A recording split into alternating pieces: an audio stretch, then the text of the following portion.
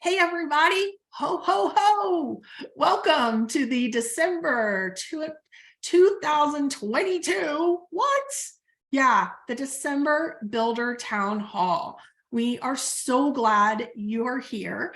My name is Meredith Oliver. I am the host, producer, chief content figure outer of Builder Town Hall. We started this as a reaction, as a solution to the COVID pandemic, right at the beginning of it. Just a few days after the world shut down, we had our first Builder Town Hall. We went weekly for weeks and weeks and weeks during 2020 because we were all like, what? We can't build. We're not essential. The whole thing was crazy. And then we started going monthly. And then in this past January, we were honored with Professional Development Series of the Year at the Nationals. And that's the bottom of that award right there that I'm so incredibly proud of. We love doing Builder Town Hall for you. I'm not going to lie. It's hard and it's a lot of work to produce a live stream talk show once a month for an hour, but we do it. And we're glad that you are here. The single most thing you can do to honor us is show up and give us your time and attention, because it really is the most precious thing that you have. Meredith Communications, we're a digital marketing agency for home builders and related companies. We build builder websites, we do SEO and SEM and Facebook and all the things to make sure that you can be found online. And we have an amazing team of specialists who've been with me a long time, and I've trained them on everything builder marketing. We're a lean team and we get a lot done, and we're proud of that work.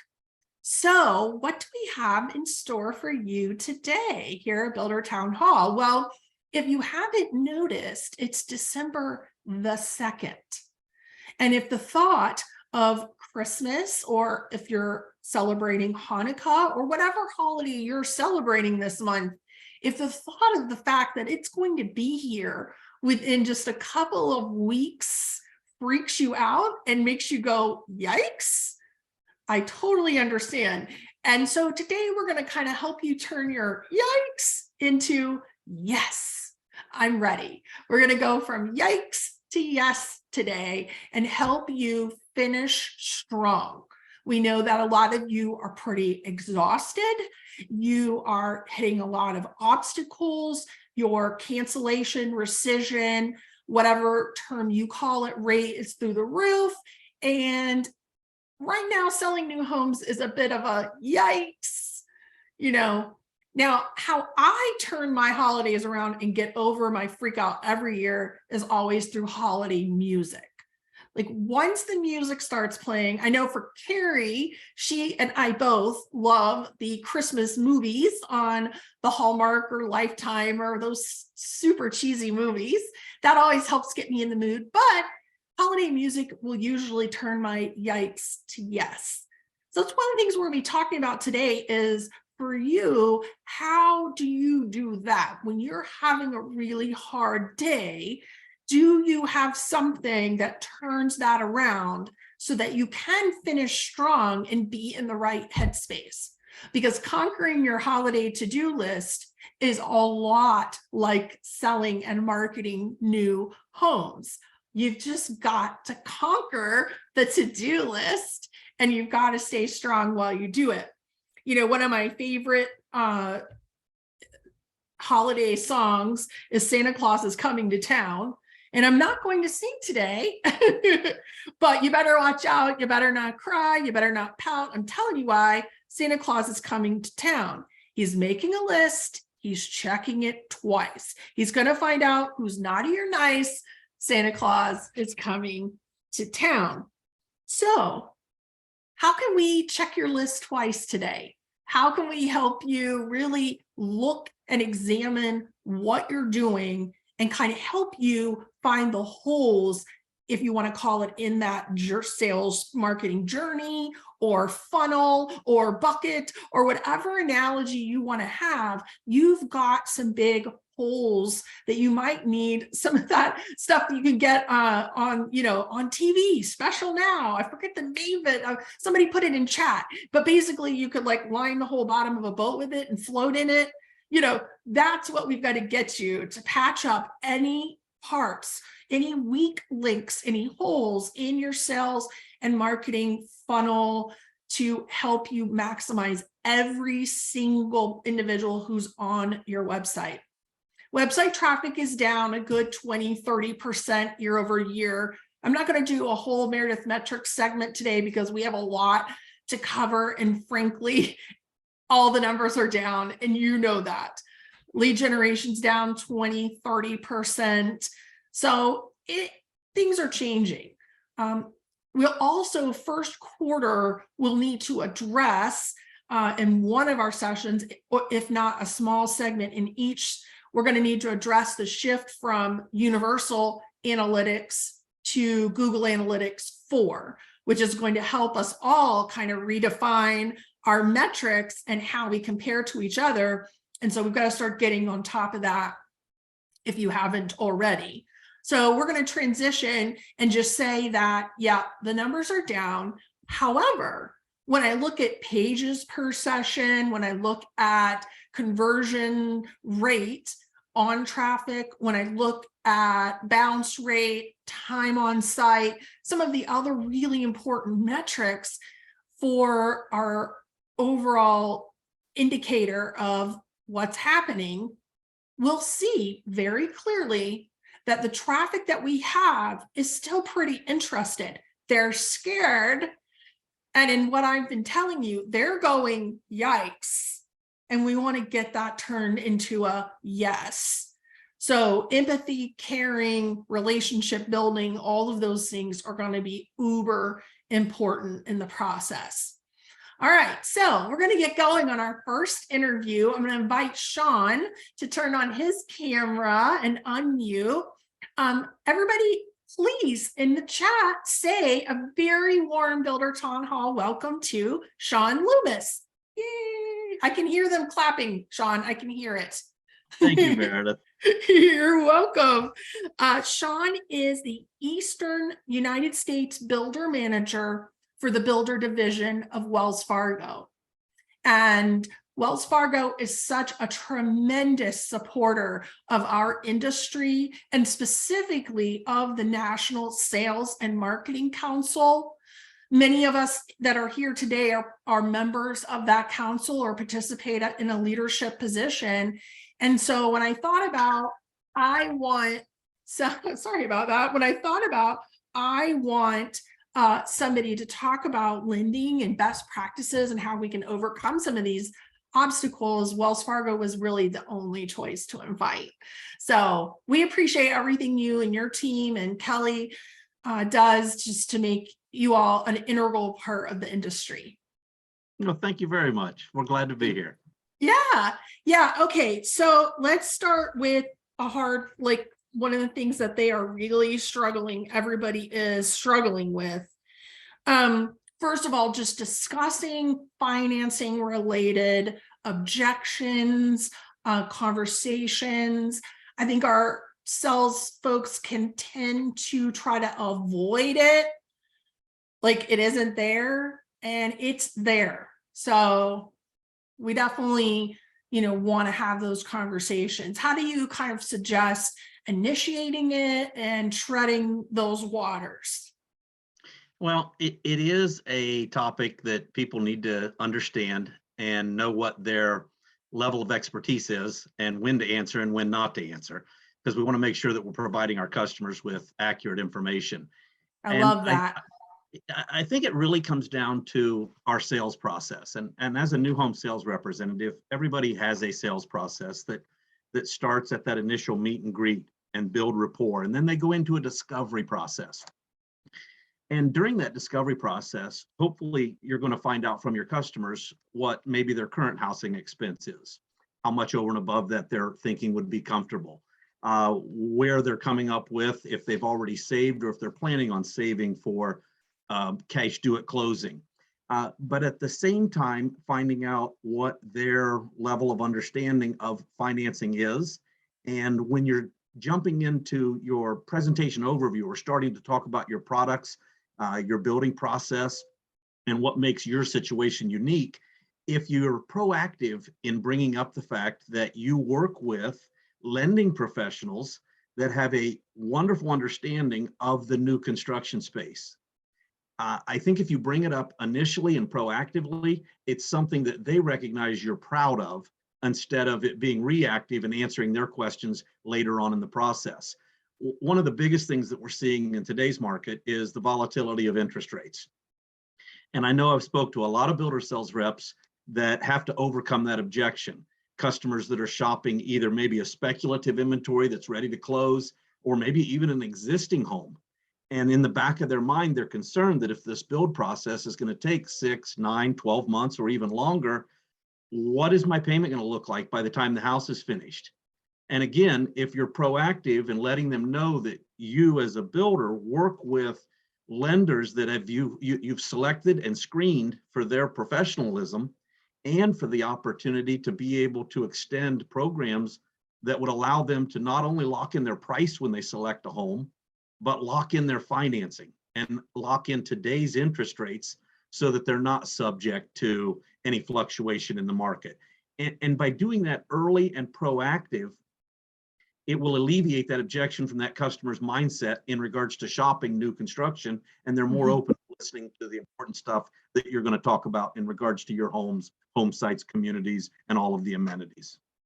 And what I love about what you're saying is by this proactive and planting these seeds early, it might allow that home shopper to relax and actually enjoy and get emotionally excited, invested in that beautiful model home or amenities or whatever it is, sales office, design center, whatever, where they're meeting you, as long as that's kind of hanging in the back of somebody's mind, like a little voice on his shoulder, we can't do it. Yes, we can. Oh, am I the only one that has those? Okay, never mind. But the point is, yeah, you're making somebody comfortable early so that they can really listen and take in what else you have to say. 100% agreed. And on and kind of following up a little bit on that, letting them know that you have preferred resources that you trusted and that you've worked with in the past. Because a lot of times customers are walking into our models and they've been referred by a real estate agent who's connected them with their best contact for financing. And that financing source is probably a professional, but maybe they're not a professional as it pertains to new construction. Right. So letting them know that the people that you've selected to help their customers make it across the finish line are concentrated on the new construction space. They know the nuances of this, and they can really help support their decision and make sure they get across the finish line as smoothly as possible. And town hall, I think what you might be hearing in Sean's perspective is a lot of builder sales and marketing experience. And that's a good reason. There's a good reason for that, right? You worked for a builder. You were sharing with us in the pre-show for many years before you came to Wells Fargo, I believe. Yeah, I was in the new construction space for 13 years. I sold for the first 7 of that. Most fun job I ever had in my entire life, working out of a model home and selling. But understanding the most common objections that customers would voice when we got to the closing stage, and had I addressed them earlier on in the conversation, it didn't come across as me being defensive when those objections came up, but it gave me the opportunity to say, remember early on when we discussed this, this is why we talk about that and how that benefits you throughout this process. Yeah, so my next question for you, I think you've partly answered, which was how to transition, a conversation to talk about preferred lenders. But I think that's exactly what you're saying to do is early and often mention it. What else can you say? I know that most of us here would understand that a preferred lender is someone who understands new construction, but let's be more specific about that. Like, what are the real benefits to a buyer? Yeah, and there were two questions there, and one was transitioning to that preferred lender. But when discussing it with a prospective customer that's ready to close on a transaction to build a new home, letting them know why it's important to work with a preferred resource, someone that's Yes. trusted, that has been here to help our customers in the past. Any organization, whether it be a mortgage company, a correspondent lender, or a bank, has multiple originators. Not all of those originators specialize in new construction. So a customer can get to us in many different ways: 1-800-Wells Fargo, www.wellsfargo, or through a referral. And when that builder or that builder sales rep works with a dedicated home mortgage consultant that understands new construction, and they can steer that customer that direction, it's going to make it smoother for everybody, not only the builder, but the customer. And I would even get into the point of talking with the customer that you may have a very good resource for mortgages, for refinancing your home to take advantage of a rate drop, or for buying a home on the existing market. But if they don't know new construction, and that we're probably not ordering the appraisal at the time you make application, and that we have to conduct a final inspection once the property is complete, and what can work for acceptable comps when they're doing an appraisal, many different aspects that make this a different process. So helping them to understand why it's important to maybe take your recommendation or your referral.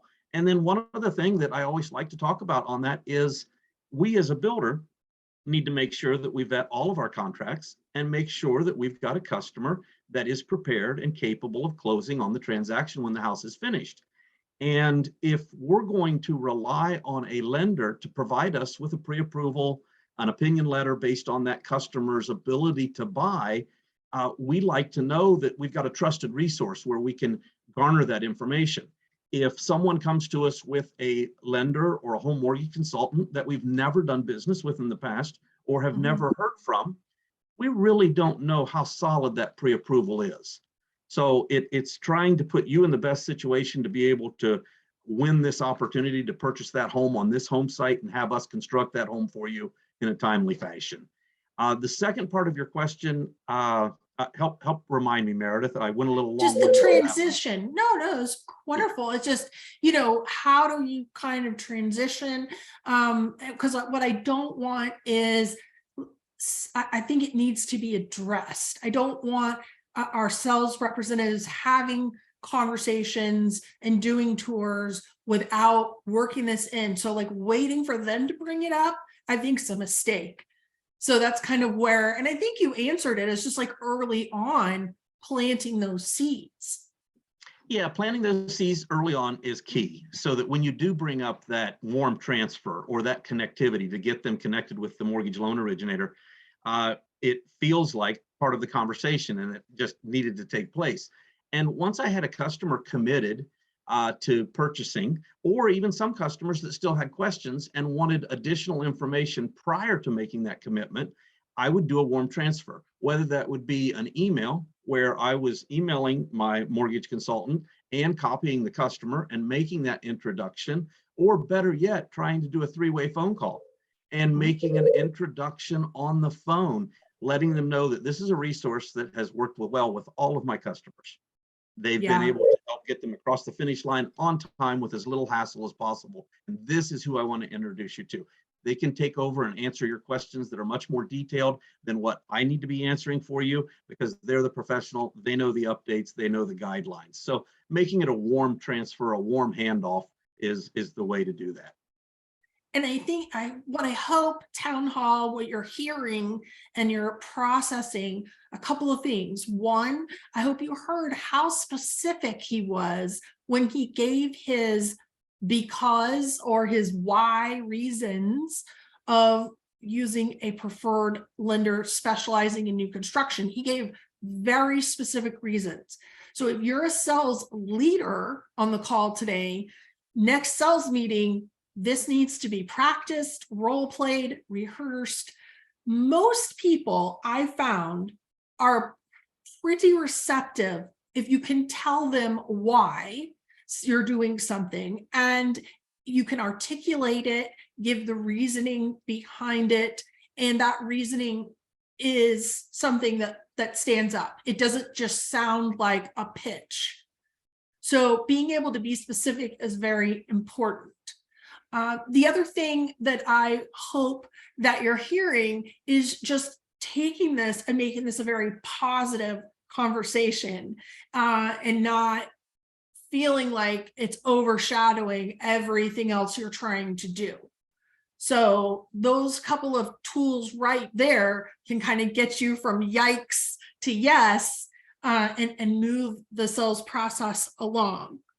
All right, so another big issue that everybody is really coping with are the cancellations.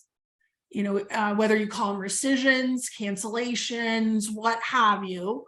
What is your, Sean, what's your advice on how to deal with those from a lending perspective? Yeah, the biggest reason we're hearing customers rescind or wish to cancel is the volatility of the market regarding interest rates. We've seen some pretty substantial increases throughout the year.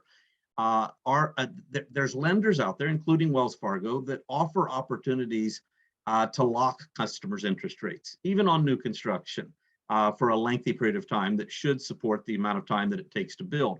Again, it's important to work it into your presentation overview early on in the process, because many times we heard before, customers don't voice that objection, but it's in the back of their mind.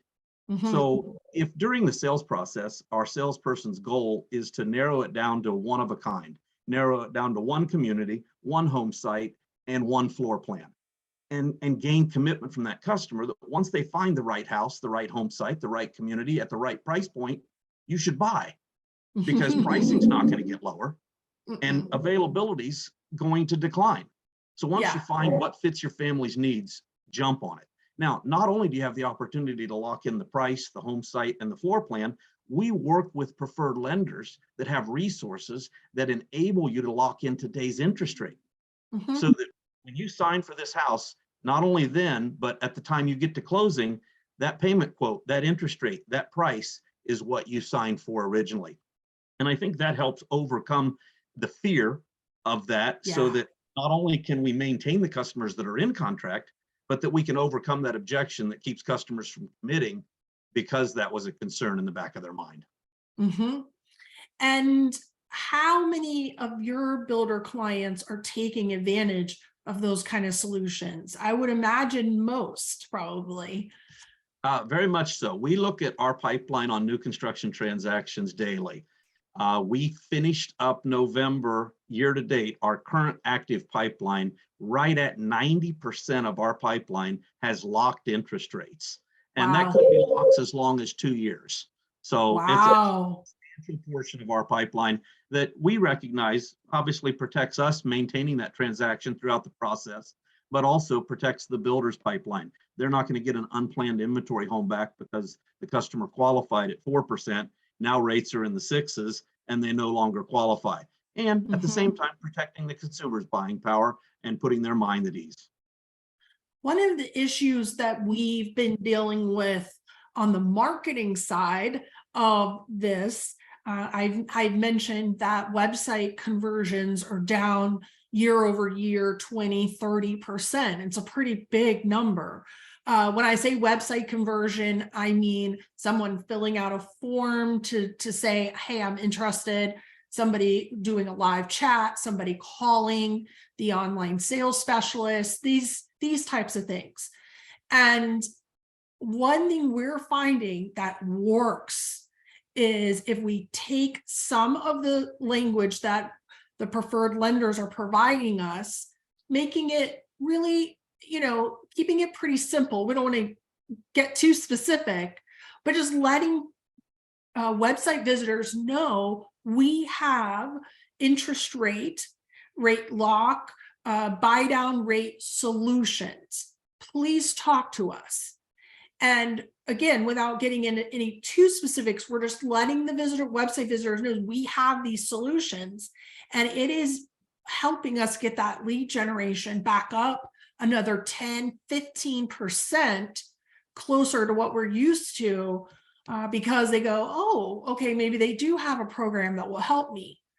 I get a fair amount of pushback when I advocate for this on my client calls because they're worried about making too specific of an offer.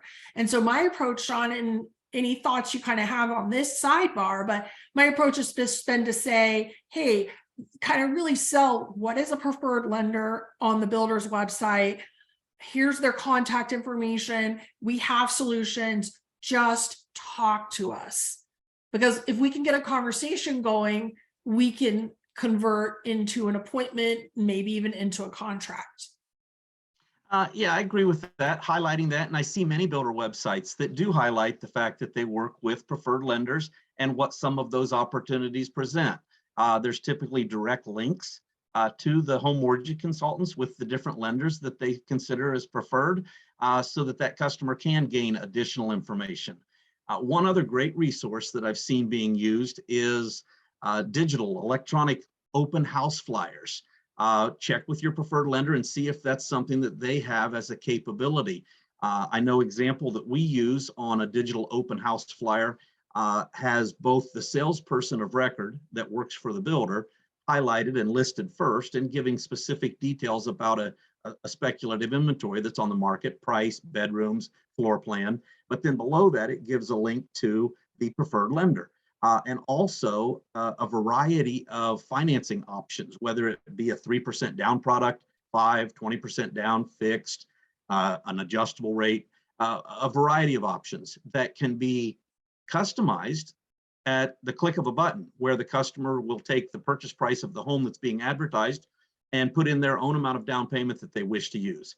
And that will recalculate at up-to-date pricing, interest rates, to where it keeps them engaged, but it also gives them the opportunity to link right back to the salesperson, so that's our goal when we have the opportunity, and when any preferred lender has the opportunity to work with your customers and help them overcome an objection and make them more prepared to make that buying decision, is to push them right back to that salesperson that provided the lead in the first place. You know, we've got an interesting comment in chat, Carrie and Angela, as you all chime in here, just saying, you know, there are some confusing messages out there in the form of temporary price reductions. I had a client tell me the other day they were going to call them price improvements instead of reductions. I kind of like that. I like that. But yes, there are many of the national builders that are definitely doing some pretty aggressive price reductions.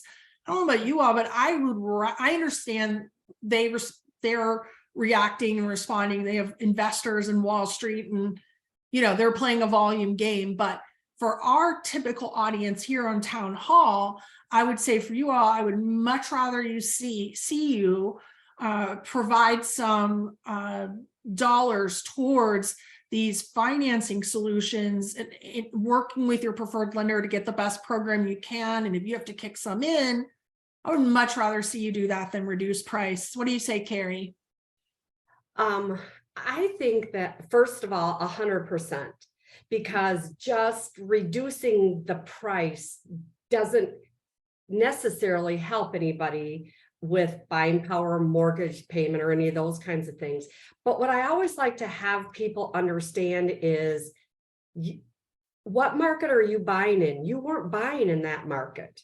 You're buying in this market. So looking backwards never helps anybody. And I think that there maybe are things that weren't offered then with that. I mean, there's a lot of intangibles to buying then, right? So I think that I just encourage salespeople to help everybody understand that that wasn't your time to buy. And that's what I'm helping people with, is this is your time to buy. Let's buy right. Let's buy now and help you. Because looking back over your shoulder has never helped anybody in anything, right? Most definitely. So that's a really good, she just gave us a really good tip on from yikes to yes, right? Yeah. Is help people focus forward instead of hindsight's 2020. And right. I also really like your soundbite about this is the market you're in. This is your time. And this is Your what time. we're dealing with realistically. I love that. I wanted to ask you, Sean, about the new conforming loan limits came out. I think just yesterday, even maybe, or the day before. Mhm. What is the update on that, and how does that help or not help, or what kind of impact does that have? You know what? I think it's a positive impact. If I'm not mistaken, on single family units, that goes up to $726,200. Yeah. The benefit is a lot of times non-conforming jumbo pricing, jumbo loans are a little bit more restrictive, a Mm-hmm. little bit higher requirement on credit score, maybe some lower LTVs. There are some unique products that start being offered in that non-conforming space, but that might alleviate some buyers that don't meet that credit score, that don't have those post-closing reserves that a non-conforming portfolioed loan would have. So by taking that loan limit up to 726.2, those buyers that are putting down 3%, 5% or more are going to be able to fit the guidelines that Freddie Mac and Fannie Mae establish, which are sometimes less restrictive. So I think it's a positive for the market, especially with the increases that we've seen in the average cost of a home across the country. We're going to invite two of our town hall super fans to join our panel. So Cindy and oh my gosh, Peter, please jump in the conversation. I have one question left for Sean, and then we're going to get to our hot topics. Sean, my last one was just what is the difference? What makes the difference when you have a successful builder that is maintaining a low or reasonable rescission rate? They're making sales right now. They're finishing the year strong. Like, what are they doing differently with regards to their preferred lender and lending conversations? You know what? I think it's a lot of the things that we talked about throughout the call so far, and I'll kind of re-highlight a couple of those. But introducing the relationship early so that it's a benefit that you're proud of instead of reacting to a question of them later in the process. The builder working with preferred lenders that they trust, that have been with them for a long time, that they understand the resources that that lender offers are there and have been there for 10, 20 years. And it's not a builder or lender that has came into the market, left the market when times were hard. But also that works with pipeline management routines where they're being kept up to date from their lender relationship on a weekly basis, a bi-weekly, whatever is that builder's appetite. Working with a lender that will provide FaceTime as needed or requested from the builder. Do they want them in their model on Saturday and Sunday during an open house so that they're there as a resource to answer questions so that they can close the customer when they're hot and ready to buy? So I think it's having those established, trusted relationships and talking about them early on in the process so the customer knows this is just as valuable as the fact that we build our homes with an engineered floor truss system or whatever that product might be that sets you apart from your competition in your backyard. And just, everybody be kind to your lender representatives, please. They work really hard. How I know this is many years ago, before Alan joined Meredith Communications, he worked at Wells and he was a builder representative for a specific builder. And he lived in their offices and felt like millions of phone calls. Carrie, I remember a certain trip to the National Zoo that you and I and my husband were doing one time as part of the meetings in Washington, D.C. And we got out of the meetings and went to the zoo, and Alan talked on the phone doing Wells Fargo work the entire time. And you and I, you're muted. You and I were like, get off the phone. We were so irritated. Oh my gosh. I will always remember, which means that when these lenders sometimes tell people, I'll be there 24/7, some of them really mean it. And he really did, to the point where we could take his phone and throw it in the lion's cage. we were like, we're going to see the monkeys, just work and do your job. We're done. But he loved it and he was great, and it was a good deal. All right. So Cindy and Peter have joined us today. Let me give proper introductions. Cindy is the Director of Sales and Branding at the corporate office of DRB Group, and she's out of Rockville, Maryland. And Peter Shattuck is your title, President, CEO, Big Kahuna. In a family business, you don't really take titles, you just kind of do your work. Yeah. So of Shattuck Homes out of Dallas, Texas. So we are so glad you guys agreed to join in the panel. Both of you, from marketing to leadership, you bring a whole different perspective. I see your names on the attendee list almost every time, and I just thought it would be awesome for you all to join in today. So welcome. It's weird being on the other side. Right? I know. I know. All right. I remember just every time we open it up, we always go, there's Cindy. And then Yay! Here I am. We can't I know. start until Cindy's on. Yeah, apparently. We're always talking to you through the chat. So we were like, maybe we should actually talk to her. And people are giving you a little shout out there. Juan, Magda. Good. That's my team. Hi, everybody. That's my team. Nice. Nice. Yeah. So, okay. Hot topic number 1. All right. Here's a good, I found this quote. The ultimate measure of and I changed it to person to kind of update it to today's language, is not where he or she stands in moments of comfort and convenience, but where you stand at times of challenge and controversy. And that was by the late and great Martin Luther King Jr. And I just thought, that's an interesting quote about finishing strong. It's not about what you do when we were all booming about a year ago and we were going crazy. It's when it's really takes skill and effort to sell and market a new home that it matters. So I'd like to ask you guys, and Carrie, I'll start with you. What does finish strong mean to you? Like when you hear that, what comes up for you? So the thought process that I have realized, especially in the last few weeks, as I've been talking about like finishing strong, I think that when you encapsulate that emotion and that attitude, what it really happens is you will then finish strong. But here's what's funny is you will start stronger. And that's what I love about finishing strong. If you put in the effort and the mindset to finish strong, you will ultimately turn the calendar and start stronger. I love that. Peter, it works. Yeah, as a leader of an organization, what comes to your mind about finishing strong for the year? Well, back up a little bit. I think one key thing that we focus on is putting ourselves in a place where we can succeed in the end. We, with purpose, try to do better all year, but this year is kind of unique in that we're trying to figure out, are we finishing strong or are we beginning something new, in January? Yeah. But reliability, stamina, many things come to mind. Yeah.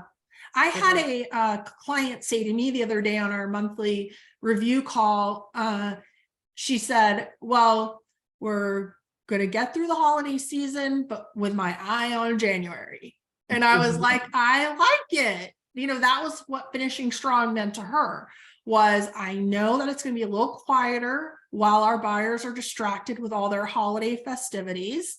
So we're just going to kind of tread water through that. But we have our eye on where we want to start strong, Carrie. And I think that's what you're saying. And that's really what Peter's saying. Cindy, what about you? What does finish strong mean to you? Trying to keep everybody on our team positive and thinking about how we're going to attack 2023, but also looking at all the tools we have currently and to make sure everything is as perfect as it can be. If perfection is a thing in a website, but reminding everyone that it's not just something corporate does, it is everyone's website. And so go into it all the time, make sure everything is up to date, and just put that into what you do daily. Yes. And so that if there are any errors, own it. And because everyone's going to the website first, we all know You, that. you just Right. made my little heart skip a beat, I Cindy. bet. I was It just, like, oh my gosh. if this was the Grinch movie, it just grew 3 sizes Oh, larger. yay. And Because you didn't even pay Cindy to I say that. didn't. She just I did. didn't. I love it. Because we have preached for years now that yes, your buyers are distracted now, so your volume is down of website users, but they will be back, and it's not after January 1st. They'll be back on December 26th, 27. And you've got to have your eye and have that, you said perfection, I'll call it buttoned up, whatever Yeah. metaphor we want to use. But yes, we have got to be ready to rock by December the 26th. But And then you know what? Sorry, go ahead.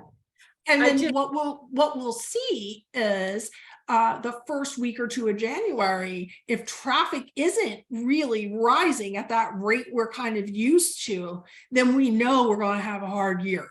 Yes. So I look at January traffic like kind of my bellwether a lot of times. Ange, I think you were wanting to jump in there. Well, no, and I just want you to believe in yourself, right? You've got 30 days, till the rest of the year to prepare. Don't wait. I think we have a tendency to kind of be cyclical, right? And it's another month. It's a 12th of the year. You can make a difference. And I'll tell you, my son, who's 25, has started a real job, and he's dialing for dollars. I think we've probably all done it ourselves, is picking up the phone. And he comes home, sometimes he's on a high, sometimes he's on a low.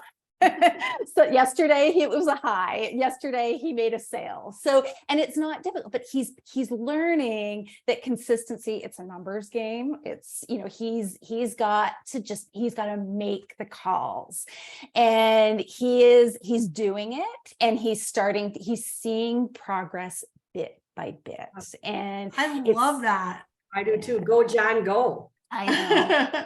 Sean, what about you? What is finish strong for you? You know what? Finish strong was always something that I tried to teach with a sales process when selling new homes.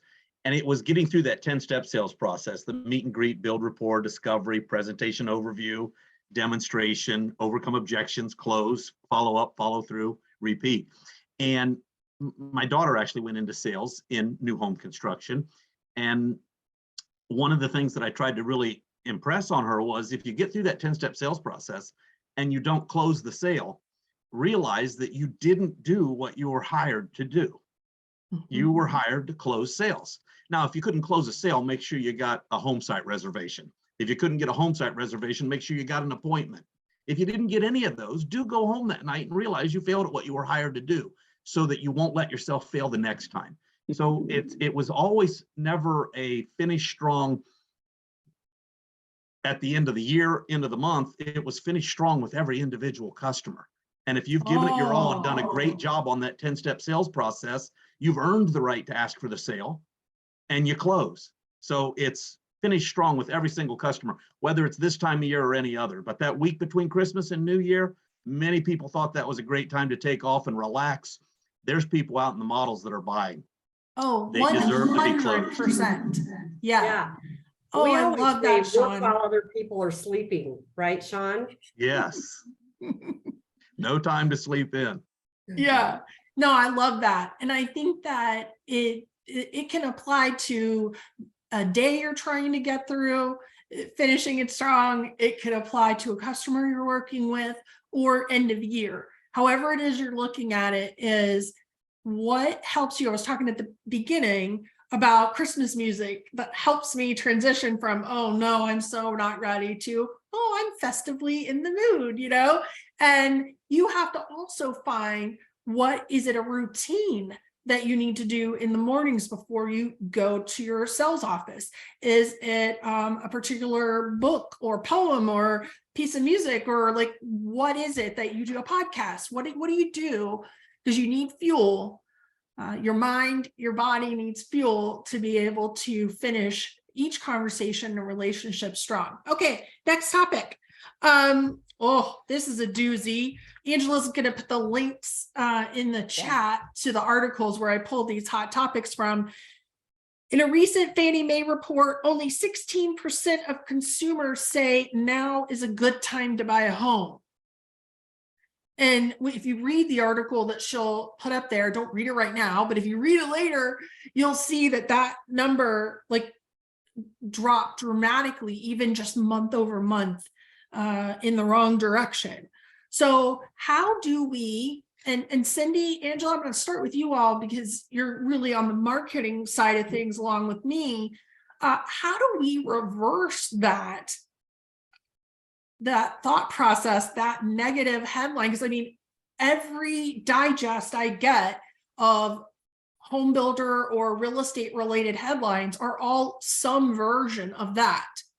So how do we turn that around? So, yes, tell us, Cindy, tell us. Yeah, I don't know that it's that, well, so because we all build in different markets and a lot of the news is just about national stuff.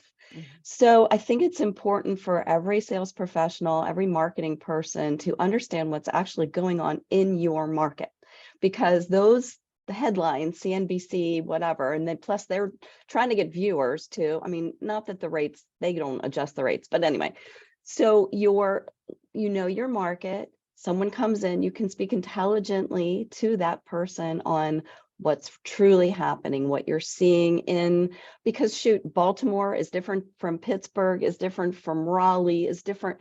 So I think it's really dependent on us to be experts and to do the research and help our customers understand what is really happening where you're currently selling homes. Yeah. Ange, what are your thoughts? Well, I mean, just to echo what Cindy said, is as far as educate, right? Educate the buyer and speak in their language. So, I think we talk about interest rates and we talk about all of but make sure that your sales team can speak in the buyer so that the buyer understands. I think they really, and I think sometimes, and I'm just going to kind of, I don't know if all of the salespeople, and this is a conversation that needs to be, I think, on a weekly sales meetings, is making sure that we understand how to cover those objections and that we understand how to speak in their language, what it means to the buyer. So a fixed rate, what does that mean from a monthly? Because they're more concerned about their monthly payments typically. What does that mean? How does it translate to them? So I think we really just need to continually educate and explain and not, pull the wool over their eyes. We need to be upfront and be that trusted advisor. Yeah. Carrie, Peter, you want to jump in on this? Yeah, I mean, for us, we're telling our people there are promotions going on right now that people haven't seen in, 2 or more years or even longer. We're, doing option incentives. We're doing things that right now we haven't done in a while. And that in itself excites buyers because they feel like they're getting something more than only a lower price potentially. Inventory's low, jobs are still happening. Builders are pulling back on starts. So there's a lot of things going on right now that are good for the buyer. Yeah. That, in another month or 6 may never exist again for a long time. Carrie? I think to Peter's point, that also goes back to buying in the market that you're buying in, right? This is what builders are offering right now. You don't know what will be then. But I think to Ange's point, the most important is talking about their language is define what's now, like buying now, like to someone, now might be that you just start warming them up, nurturing your CRM. I have people saying, go look at the date. Like if you were working with someone last year and they said, we're not buying till next summer, to everybody on this call and everybody in the view, next summer is now to get going. So talk in what they will understand as what is why now is a good time. Their now might be today. Yeah. All right, we're going to go to our last hot topic so that we can wrap up on time. This one is on incentives, price reductions, price improvements, whatever. It's a very controversial, I think, topic. And so I'm excited to dive into it. The most recent data I could find was data that Zonda collected in May. So it's a few months old at this point, and I bet you the numbers are much higher now. In May, nearly 50% of home builders had increased their incentive offerings on a month-over-month basis. So like from April to May, they had 50, it was at 50% were offering. I think that's the point Peter was just making. Now I bet you it's a much higher number than that. So my question, my hot topic is do price reductions, incentives with purchase, financing solutions, do those help us finish strong, or do they diminish the value that we've been working so hard to build up of why buy new construction? Sean, I'm gonna let you jump in first since you didn't get in on the last one. What are your thoughts? You know what? I think customers are excited about the different incentives, seller concessions. They're not just seeing that on the new market, but on the existing market as well in regards to concessions. Okay. But kind of like what Peter was talking about, when customers are walking into our models today, some of them are there because it's a wish, a dream, but most of them are there because it's a need. Mm-hmm. So the fact that they're there and there's opportunities with incentives, and if our salespeople are handling those conversations correctly, that we're offering these incentives to be competitive in the market to make sure that not only are we delivering the best home, but we're delivering the best value. And in today's market, where you see some people sitting on the sidelines, that's fine. But for those people that do have the wherewithal to take advantage of these opportunities, they're going to be able to get the best opportunity that's available in the market that they're in today. I think it's quite powerful if our new home consultants, representatives can say truthfully and accurately, I haven't seen us run this particular incentive program in 5 years, if they've been with the company that long, or it's been many years since we've offered this. So just to let you know, this is rare, if it is. And I think that's a strong statement to make. Carrie, you're our sales expert, really, how do we navigate these waters? Because we want to get people in, we got to get those lead conversions up online, but then our salespeople still need to be able to have something in their back pocket to get sales closed. Yes. Yeah. So how do we navigate that? I think that, to everybody's point, like with Cindy and Ange and you, and the marketing thing is, you've got to do things to entice people to make the phone ring, right? You need to do that. And so that's where these incentives are coming, to make the phone ring. But then when it flips over to sales, what I encourage everybody to do is don't just sell that as the reason to buy. I ask people to lead to your differentiator, whether it's financing, whether it's an incentive, lead to that.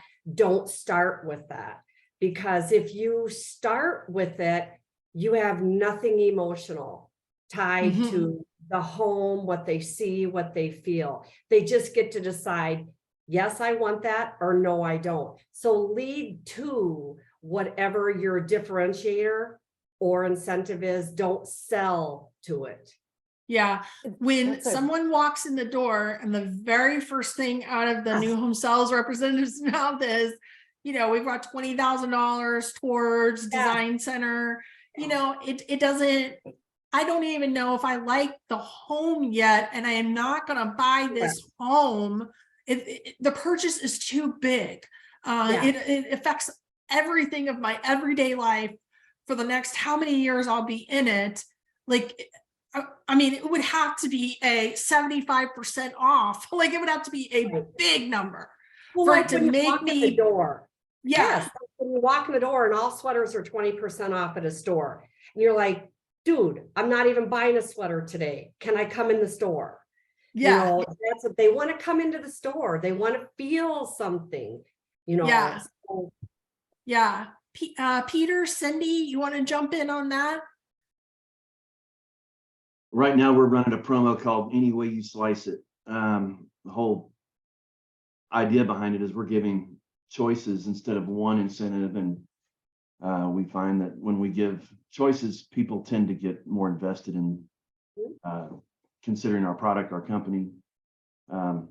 Hopefully by then, before we even get to that, they're already attached to our brand, our product. Yep. By giving choices, it ends up giving people something to go home and talk about, and become more emotionally thoughtful in the process. Yeah. Cindy, that speaks right up your alley with Yeah, corporate branding.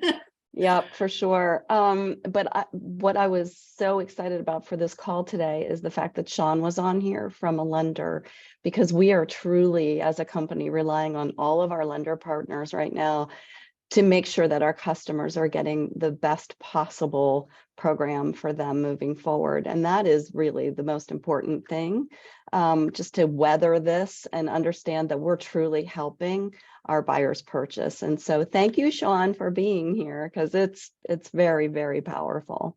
Mm-hmm. And what a difference it makes when someone who has experience, who's clearly practiced and trained on this, speaks on these issues. I think that's what you all got to witness today. And that for the leaders on the call, that might, make a little agenda item for you to go back with your team, get with your preferred lenders. Let's practice, let's train. Let's make sure we understand how to do some basic math. I mean, nothing too crazy. We want to get that warm handoff, let the lender do the in-depth math, but a little bit of basic math is not a bad thing, and it is needed. And some of you started in a market where you did not have to do any math. You really, but in today's world, I mean, we need a Sharpie and we need a notepad, and at any point we need to be able to help somebody really just get a basic understanding so that they can make that warm introduction and let the lender do the heavy lifting on the conversation. Sean, Yes. is there anything you want to say to wrap us up on that? You know what? Everything's been said. I mean, from the group of participants here, the conversations and questions you asked, it finished strong. Finish That's strong. right. Good That's right. deal. Yeah. All right. Well, it's 1:02. So speaking of finishing strong, that's exactly what we're going to do. But we thank you so much for your time and attention. We will be back in January with new topics, formats, guests, all kinds of cool stuff. We're excited about that. We appreciate you. We'll get this recording posted in our Facebook group, the Builder Town Hall Facebook group. Please feel free to share it. Email it to your team, work with your team, use it in your team meetings, whatever it can do to help you finish strong, use it. It's your tool to do so. Sean, thank you for your time today. Cindy, thank you for your support. My pleasure. Peter, thank you so much for saying yes and participating and giving the industry back to the industry today. We all greatly appreciate it. All right. Ho, ho, ho, everybody. Happy holidays. We'll see you in January. Go get them. Thank you. Bye.